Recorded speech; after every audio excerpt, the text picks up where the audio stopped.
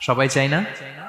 এটাই আজকে আমাদের আলোচনার টপিক, যে যাদেরকে আল্লাহ ভালোবাসেন। আমরা আজকের এই চমৎকার সন্ধ্যায় জেনে নিব যে আল্লাহ তাআলা কাদেরকে পছন্দ করেন এবং কাদেরকে ভালোবাসেন। এবং প্রিয় ভাই এবং বোনেরা, আল্লাহ তাআলার ভালোবাসা অর্জন এটা মানব জীবনের সবচাইতে বড় সৌভাগ্যের বিষয়। কি বলেন? আমরা যদি প্রেসিডেন্টের কাছের লোক হই, প্রধানমন্ত্রীর যদি কাছের লোক হই, যদি আমরা জানি যে পিএম আমাকে ভালোবাসে, প্রেসিডেন্ট আমাকে ভালোবাসে, কেমন লাগবে? ভালো লাগবে।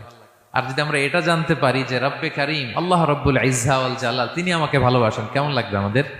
এই ভালোবাসা কি আমরা বলে বুঝাতে পারবো? পারবো না। এটাই আমরা চাই, এটাই আমাদের জীবনের টার্গেট, কামনা, ঠিক কিনা? তো একজন প্রকৃত মুমিন সেই যে আল্লাহর সান্নিধ্য পেতে চায়, আল্লাহ তাআলার ভালোবাসা সে পেতে চায়।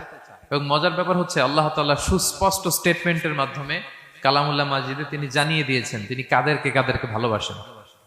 আজকের